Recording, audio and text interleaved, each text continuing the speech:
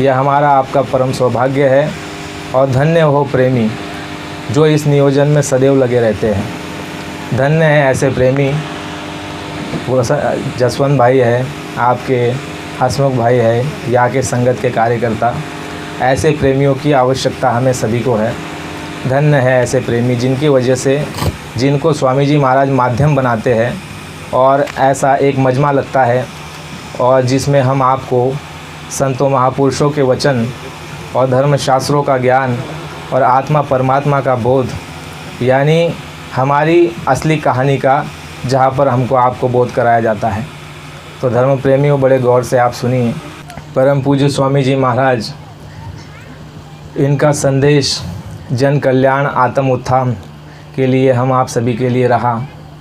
परम पूज्य स्वामी जी महाराज ने अपने इन वर्षों में जो संदेश सुनाया प्रेमियों, विलक्षण संदेश है।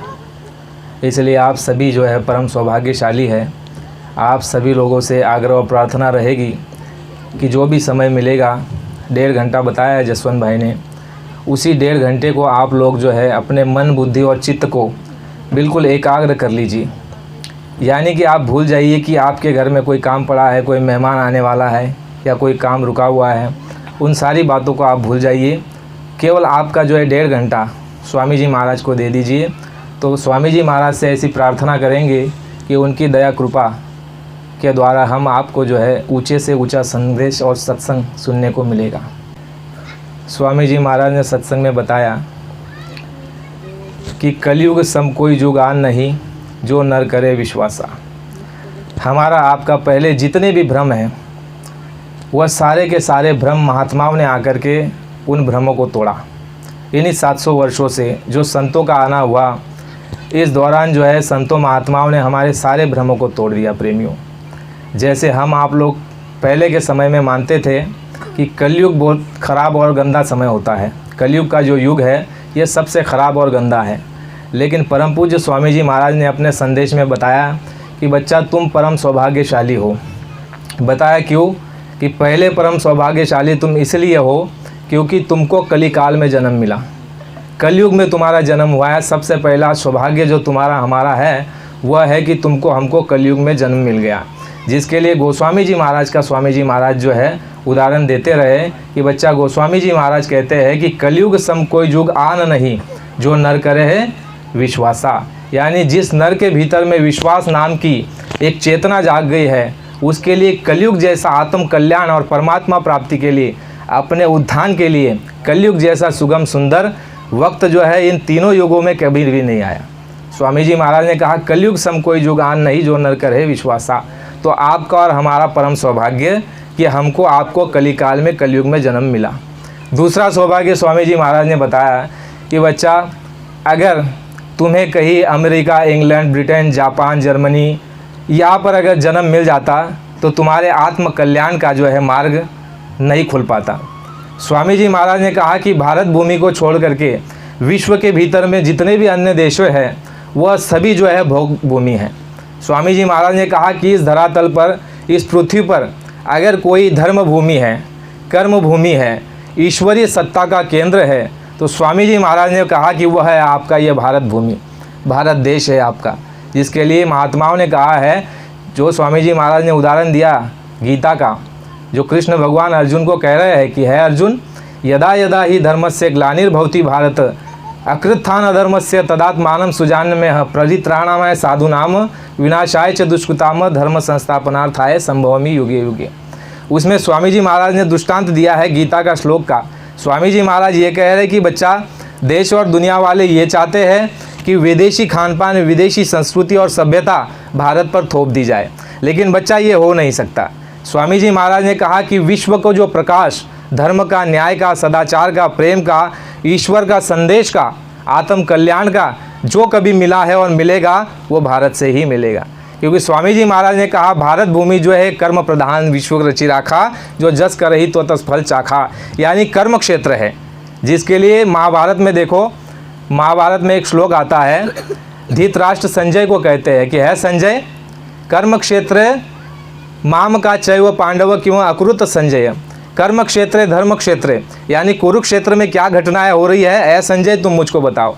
तो वहाँ भी एक जिक्र आया है कि कर्म क्षेत्र। तो स्वामी जी महाराज ने कहा कि ये भारत भूमि में तुम्हारा जन्म हो गया तो तुम जो है परम सौभाग्यशाली, दूसरे हम परम सौभाग्यशाली। फिर स्वामी जी महाराज ने तीसरी बात बताई। गुरु महाराज ने कहा कि तुमको जो है मनुष्य शरीर मिल गया। ये किसकी बात है? ये हमारी और आपकी बात है। स्वामी जी महाराज ने इस बात को भी स्पष्ट कर दिया कि बच्चा, संत महात्मा कथा किस्से कहानी नहीं बताते। संत महात्मा जो बात बताते हैं वो आत्मा की और परमात्मा की, यानी जिसको हम कहते हैं सत्संग। सत्संग कहते हैं कि महात्मा सत्संग कर रहे हैं, महात्माओं का सत्संग होता है। तो स्वामी जी महाराज ने इस बात को खोल करके बताया। गुरु महाराज ने ये कहा कि बच्चा, सत्संग का मतलब क्या होता है? जो सत्य से जुड़ चुका है और जो सत्य बात बताएगा, सत्य के लिए बताएगा, वह सत्संग होता है। और जिसका संग तुम कर लो उसको सत्संग कहते हैं।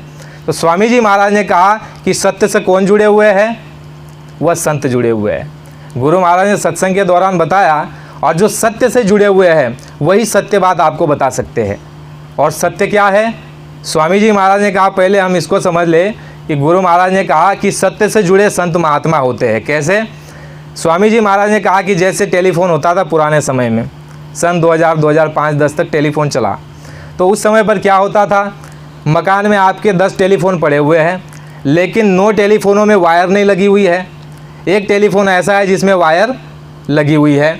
अब उसी टेलीफोन से अगर आप जो है क्रमांक लगाओ, नंबर डायल करो तो आपकी बात होगी। तो इसी तरह से स्वामी जी महाराज ने कहा कि संतों महापुरुषों में सत्य प्रकट है। संतों महात्माओं के भीतर में वो मालिक प्रकट रूप में बैठा हुआ है, जिसके लिए महापुरुषों ने क्या कहा कि घट घट व्यापे साइया, सुनी सेज न कोई, और बलिहारी वहाँ घट के जामे प्रकट होई। यानी तुम्हारे हमारे सबके घट में वो मालिक विराजमान है, लेकिन प्रकट रूप में नहीं है। प्रकट रूप में किस में है? स्वामी जी महाराज ने कहा कि वह संतों के भीतर में प्रकट रूप में है। इसलिए वह जो बात बताएंगे वह सत्य बताएंगे और सत्य के लिए बताएंगे। जय गुरुदेव। तो स्वामी जी महाराज ने हमको आपको जो इतना धुआंधार संदेश सत्संग सुनाया, पराविद्या। गुरु महाराज ने कहा विद्या अनेक तरह की होती है। एक अपरा विद्या होती है, क्षर विद्या, अक्षर विद्या और निरक्षर विद्या। क्षर विद्या कहते हैं गुरु महाराज, क्षर विद्या होती है ईश्वर लोक के नीचे की जो विद्या है, जो साधनाएं है, जो प्राप्ति है, वो क्षर विद्या।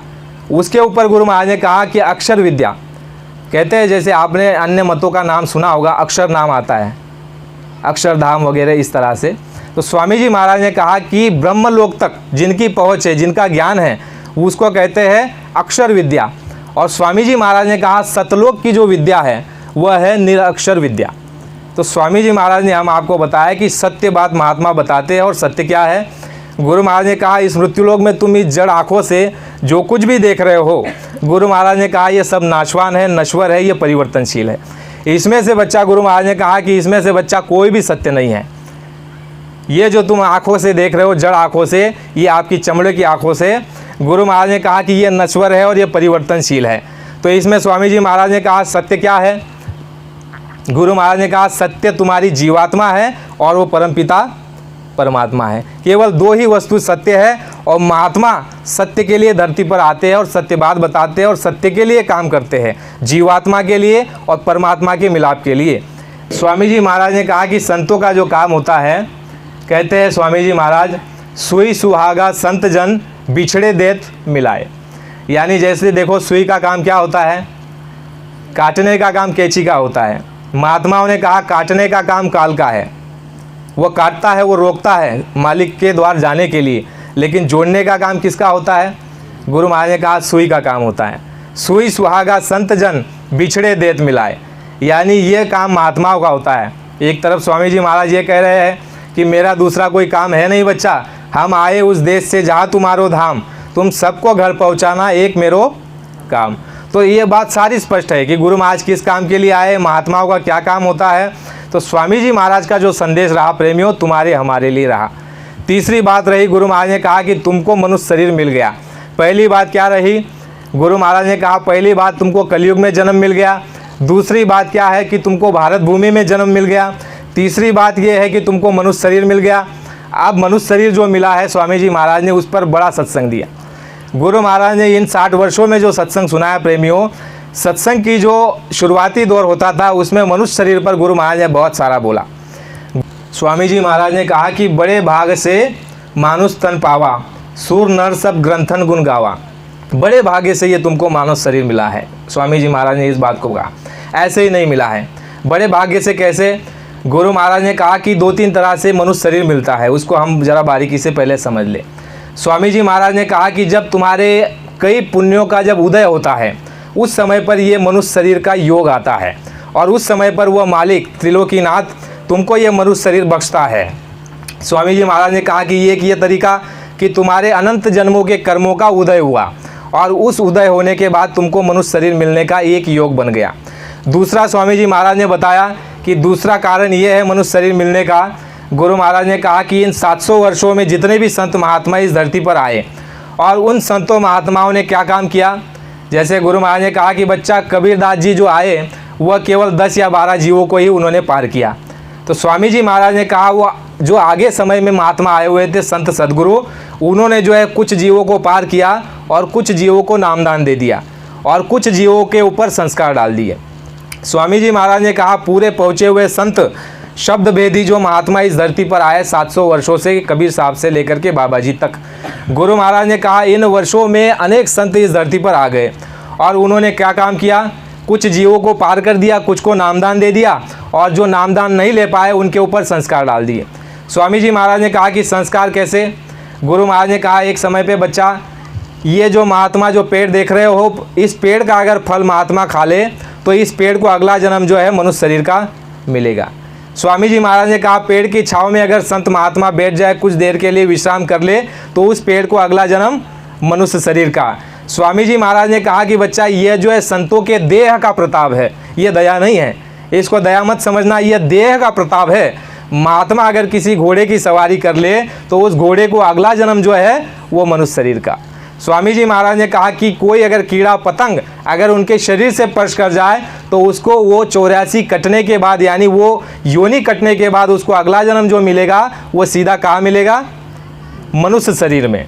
विचार करो प्रेमियों, ऐसे ही आबादी नहीं बढ़ी, इसका कारण है स्वामी जी महाराज ने सत्संग में इस बात को बड़े स्पष्ट रूप में बताया हुआ है। जब इमरजेंसी के पहले देश में जब नसबंदी चल रही थी, गर्भपात का कानून लगाया जा रहा था, उस समय पर बाबा जी ने ये बात को खोला था। इमरजेंसी के पहले ऐसे इस बात को नहीं खोला था। उस समय जब नसबंदियाँ हो रही थी तो स्वामी जी महाराज ने सत्संग में बताया था कि बच्चा चाहे जितने भी कानून लगाए जाएंगे, चाहे जितनी भी नसबंदियाँ कराई जाएगी सरकार द्वारा, लेकिन देश की आबादी अब रुकने वाली नहीं है। वो क्यों? बाबा जी का वीडियो है मेरे पास, वो बता रहे हैं उसमें कि बच्चा वो क्यों? क्योंकि जितने भी संत आए उन्होंने जो है जीवों पर संस्कार डाल दिया। कुछ जीवों को तो पार कर दिया, कुछ को जो है नामदान दे करके महात्माओं से मिला दिया और कुछ के ऊपर यानी 84 के जो जीव पड़े हुए थे उन 84 के जीवों को निकाल करके उनको मनुष्य शरीर दिला दिया। हे प्रेमियों, कितना बड़ा देह का प्रताप संतों महात्मा है, इसका आप विचार कर लीजिए। हम आप तो जो है सतयुग, त्रेता और द्वापर की ही कहानी किस्सों को सुन करके बड़े गदगदित होते हैं और प्रफुल्लित होते हैं, लेकिन है प्रेमियों आप विचार करो महात्माओं के देह का प्रताप कितना है, जिसके लिए संतों महात्माओं ने, स्वामी जी महाराज ने भी कहा कि भगवान राम जब आए तो 12 कला को लेकर के आए।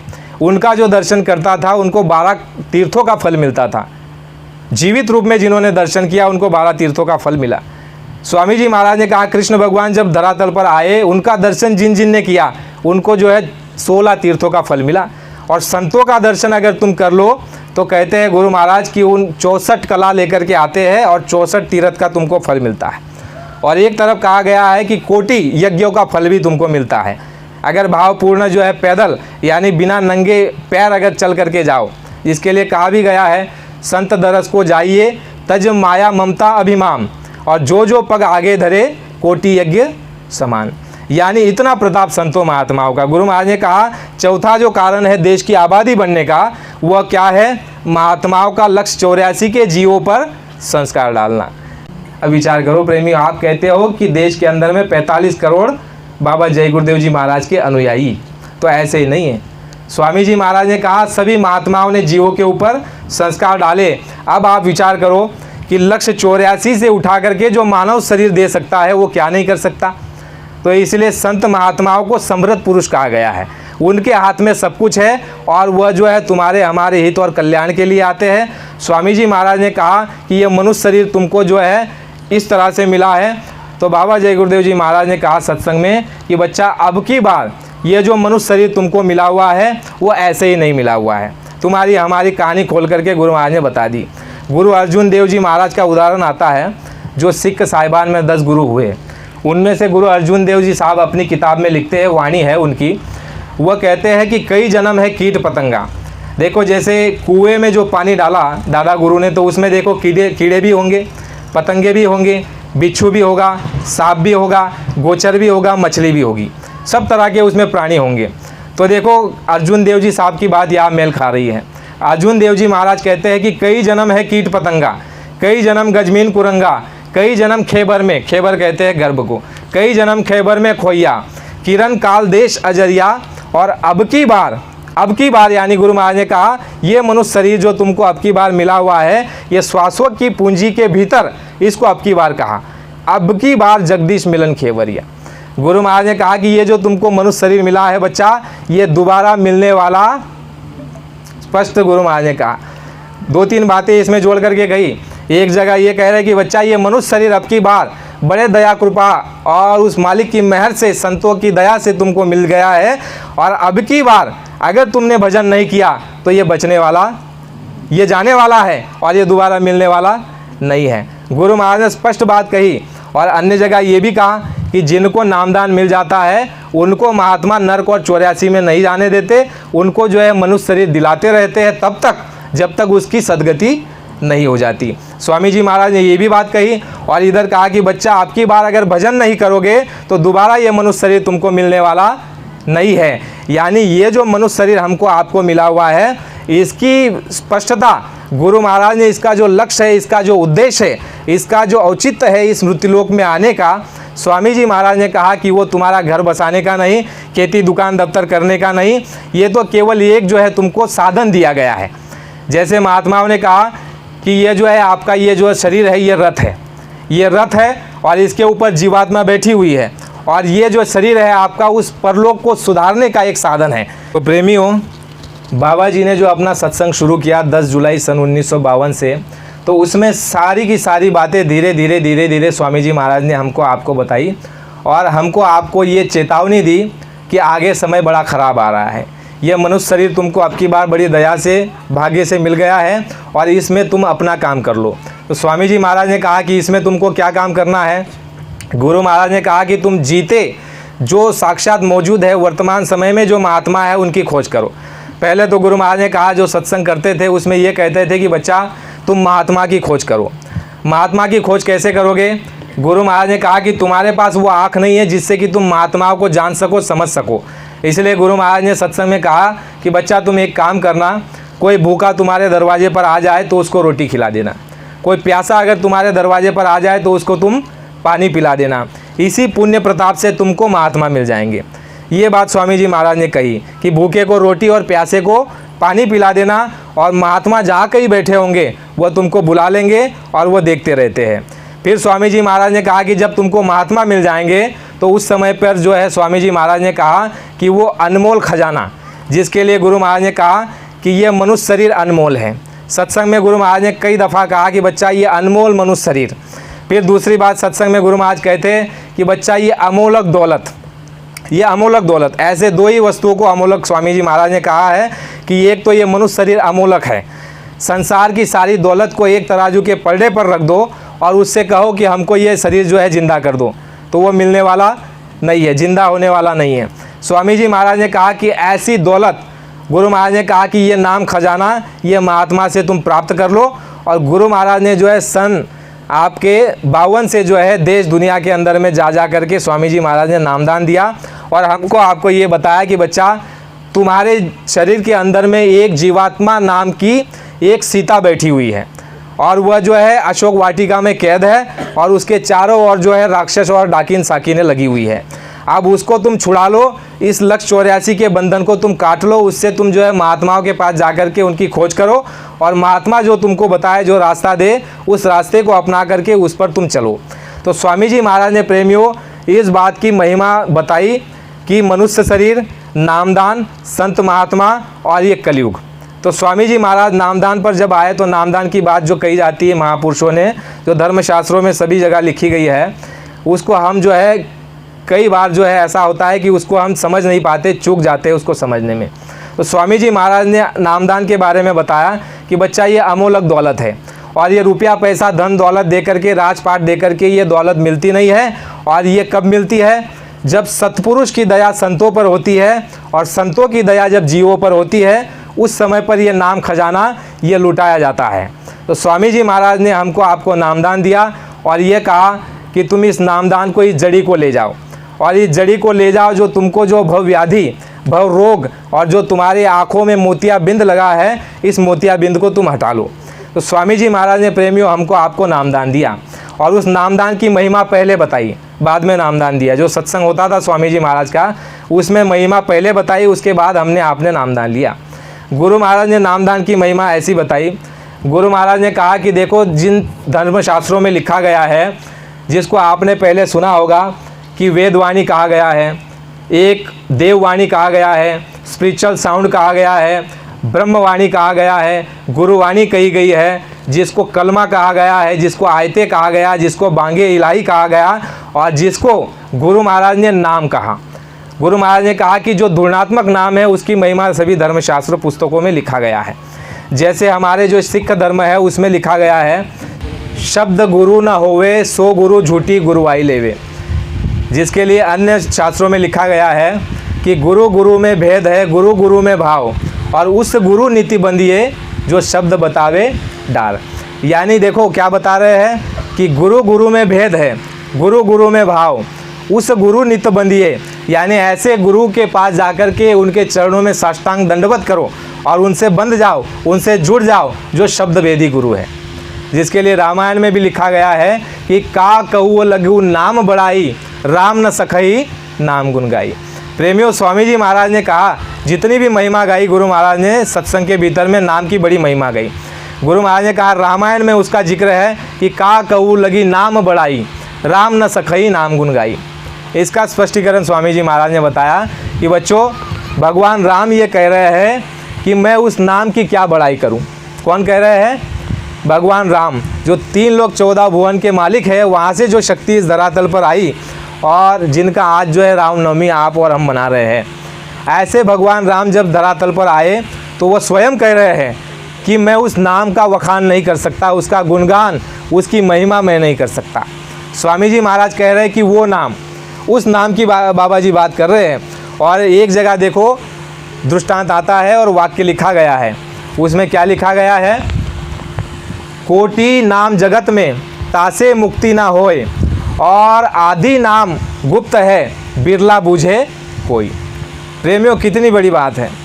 धर्मशास्त्र सब कुछ बता रहे हैं, लेकिन गुरु महाराज कह रहे हैं कि उन धर्मशास्त्रों को जानने वाला महात्मा, जिनका शिव नेत्र खुला है, जब तक तुम्हें नहीं मिलेगा तब तक तुम जान नहीं सकते कि वो धर्मशास्त्र में क्या लिखा गया है। आदि यानी सृष्टि की जब रचना हुई थी यहाँ पर, जिसमें स्वामी जी महाराज ने कहा कि सभी जीवात्माएं ध्यान करके उस मालिक को प्राप्त करती थी, जिसके लिए कहा गया है कि सतयुग योगी सब विज्ञानी कर हरि ध्यान तरही भव प्राणी। यानी वो आदि का नाम जो सतयुग है, त्रेता है, द्वापर है और कलयुग है, ये युग की बात गुरु महाराज ने नहीं की। जब रचना हुई, सृष्टि की जब रचना हुई, उस समय पर जो नाम हम आप साधना के द्वारा, जिन ने भी वो साधना की, जिनके लिए गुरु महाराज ने कहा कि सतयुग योगी सब विज्ञानी कर हरि ध्यान तरही भव प्राणी, यानी वो आदि नाम, जिसके लिए क्या कहा इस तरफ कलयुग में कि कोटि नाम जगत में तासे मुक्ति ना होए, और आदि नाम गुप्त है बिरला बूझे कोई, यानी ये गुप्त नाम, जिसके लिए स्वामी जी महाराज ने हम आपको कहा कि बच्चा ये नामदान तुम ले जाओ और इस नामदान की जो पर्ची बनी है, इस पर्ची को तुम पहले जो है रटन कर लो। इस नाम को, इसके 5 नाम हैं, 5 स्थान है, 5 रूप है और 5 जो है आवाज़ है। गुरु महाराज ने ये भेद हमको आपको दिया। गुरु महाराज सत्संग में ये कहते हैं कि बच्चा, नामदान ऐसा होता है, नाम सच्चा इसको मानना जिसका नाम है उसका रूप है। गुरु महाराज ने जो हमको आपको नामदान दिया, उसमें कैसे दिया? कहा कि बच्चा, ये जिसका नाम है इसका ये रूप है। रूप बताया कि नहीं बताया? गुरु महाराज ने बताया कि बच्चा, ये नाम लोगे सुमिरन में तो इनके रूप को याद करना। कौन से रूप को याद करना है हमको? फोटो के रूप को नहीं, गुरु महाराज ने कहा कि जो सवेरे उठते हो, जो चित्र तुमको दिखाई देते हैं, जो चित्र तुमको बताया है, ये चित्र याद करने के लिए कि भाई ये नाम के साथ ये रूप है, इस नाम के साथ ये रूप है, लेकिन फ़ोटो का रूप हमको आपको नहीं लेना है। स्वामी जी महाराज ने कहा कि जो आपको दिखाई दे रहा है बाहरी रूप में, इस रूप को आपको लेना है। यानी नाम बताया, साथ में क्या बताया कि वो ऐसे दिखते हैं। उसके बाद क्या बताया कि जिसका नाम है उसका रूप है, और जिसका रूप है उसका आवाज़ है, यानी उसकी आवाज़ है। जैसे आप बोलोगे, लोटन भाई जो बोलेंगे तो इनकी आवाज़ हम पहचान जाएंगे, हम बात करेंगे तो आप पहचान जाओगे कौन बोल रहा है। तो जिसका नाम है उसका रूप है, और जिसका रूप है उसकी आवाज़ है, और जिसकी आवाज़ है, नाम है, रूप है, उसका कोई ना कोई रहने का ठिकाना और ठौर है। तो स्वामी जी महाराज ने जो हमको नाम दिया, ये पूरा नाम, इसी की जो महिमा धर्मशास्त्रों में गाई गई है। और गुरु महाराज ने कहा कि बच्चा ये गुप्त है। ये क्या है?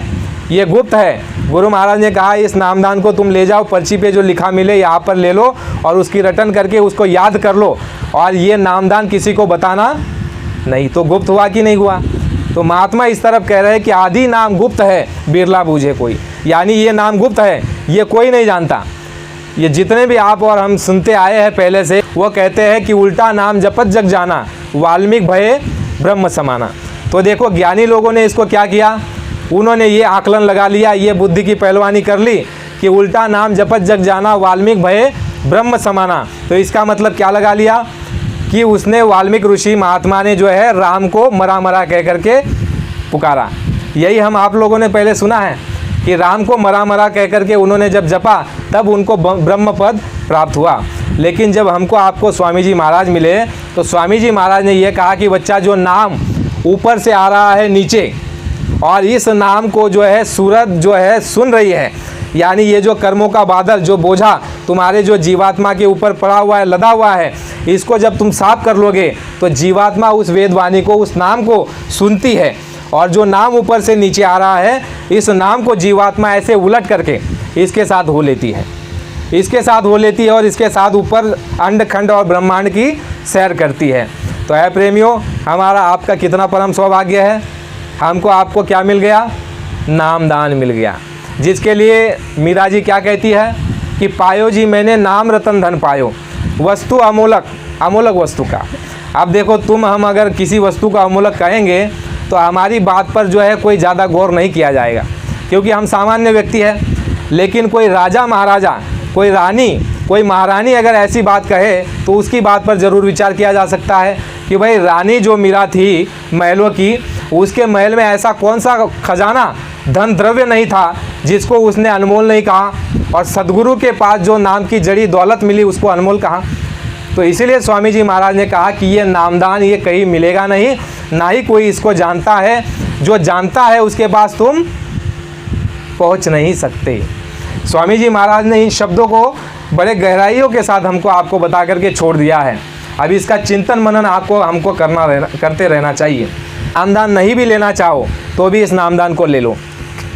कैसे ले लो? जैसे एक वस्तु जो है, ऐसी वस्तु होती है जो तुम्हारे कमरे में, मकान में कहीं पड़ी रहती है, जो तुम्हारे जो है कभी वर्ष भर में कभी काम में नहीं आती, लेकिन कोई दिन ऐसा आता है, उस दिन तुमको मालूम पड़ता है कि भाई कोई वस्तु ऐसी हमारी पड़ी है कमरे में, तो तुमको याद आता है, तुम उस वस्तु को निकाल करके उससे काम ले लेते हो। तो स्वामी जी महाराज ने कहा कि इस नामदान को लेकर के पड़े रहने दो, और ये जब समय आएगा, तुमको जब इसकी कद्र हो जाएगी, उस समय पर यही नाम तुम्हारे काम आएगा, और संसार की कोई वस्तु तुम्हारे काम आने वाली नहीं है। तो स्वामी जी महाराज ने जो नामदान दिया हमको आपको, उसमें कुछ बहुत सारी चीज़ें बताई, तो कुछ चीज़ें हम जो है आपस में जो है इन बातों का विचार थोड़ा करते हैं। गुरु महाराज ने ये कहा कि बच्चा, ये नामदान जो है ये किसका धन है? जीवात्मा का। देखिए, ये नामदान जो है ये जीवात्मा का धन है, ये मन का धन नहीं है, ये शरीर का धन नहीं है। ये नामदान जो है तुम्हारे जीवात्मा का धन है। शरीर से तुम संसार में जितने भी काम करोगे, सुबह से लेकर के रात तक, और चोटी से लेकर के पसीना तुम एड़ी तक बहाओगे, जो भी शरीर के लिए तुम काम करोगे, ये सारा का सारा तुम्हारा यही धरा पड़ा रह जाएगा।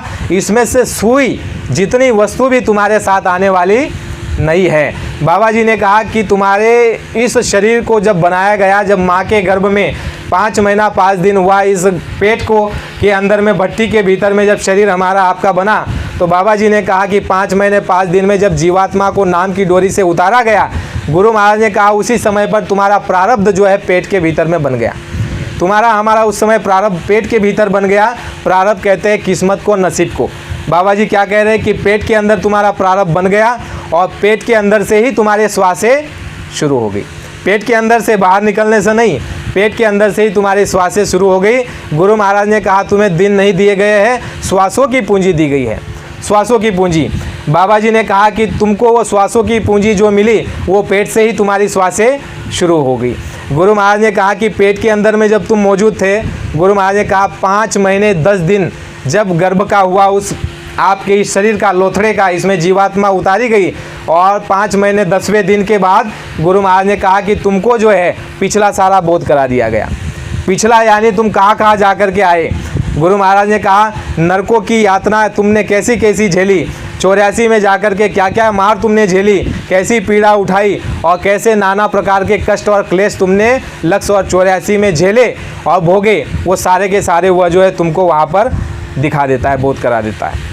गुरु महाराज ने कहा 5 महीने 10 दिन का जब ये शरीर होता है, जीवात्मा इसमें आ जाती है, पिछले सारे जन्मों की तुम्हारे सामने रील आ जाती है और उसमें गुरु महाराज ने कहा कि जीवात्मा को ये बोध करा दिया जाता है कि तुम कहाँ कहाँ जा कर के आई। जब उसको ये बोध हो जाता है उस समय पर जीवात्मा जो है उस मालिक से प्रार्थना करती है।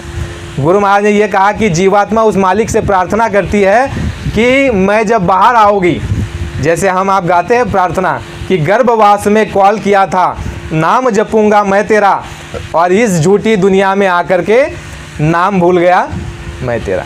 गुरु महाराज ने यही कहा कि तुमने सब ने वादा किया हुआ है उससे, उस मालिक से तुमने सब ने वादा किया है कि जब मैं बाहर आऊँगा गर्भवास से तो तुम्हारा मैं नाम जपूंगा, तुम्हारा मैं स्मरण करूँगा, तुमको मैं याद करूँगा, तुम्हारा मैं भजन करूँगा। गुरु महाराज ने कहा तुमने पेट के भीतर में उसको ये वादा किया हुआ है। वो क्यों? क्योंकि तुमने अपने पिछले जन्मों को वहाँ देख लिया। और गुरु महाराज ने कहा कि जीवात्मा उस समय पे पेट में उस ईश्वर के साथ बात करती है, बोध में होती है। उसको मालूम होता है कि मैंने इतनी यातना झेली है और ईश्वर मुझे जो जन्म दे रहा है वो अब की बार मुझे जो है लक्ष्य 84 के और नरकों के फाटक को तोड़ने और बंद करने के लिए ये मनुष्य शरीर दे रहा है, तो वह उससे प्रार्थना करता है। गुरु महाराज कहा जैसे ही तुम्हारी श्वासें अंदर शुरू हो गई और तुमको अंदर प्रारब्ध बन गया, जैसे ही तुम्हारे जो है माँ के पेट से बाहर निकले 9 महीने 9 दिन के भीतर में, तो स्वामी जी महाराज ने कहा बाहर आते ही, जैसे महात्माओं ने कहा कि बाहर आते ही वो वादा भूल जाता है। वो कहता है कि कहाँ कहाँ कहाँ मैंने कौन सा तुमसे वादा किया। तो स्वामी जी महाराज ने कहा वो वादा खिलाफी तुमने हमने उस मालिक के साथ कर डाली है। तो उसी वादे को याद दिलाने के लिए संत महात्मा आते हैं और गुरु महाराज ने कहा कि तुम सब ने वादा किया है उस मालिक से कि तुम जो है उसका नाम स्मरण करोगे और उसका जो है सुमिरन करके जीते जी इस आत्मा को जो है नर 84 से छुड़ा करके उस मालिक से मिला दोगे। स्वामी जी महाराज ने कहा ये तुम सब ने वादा किया हुआ है।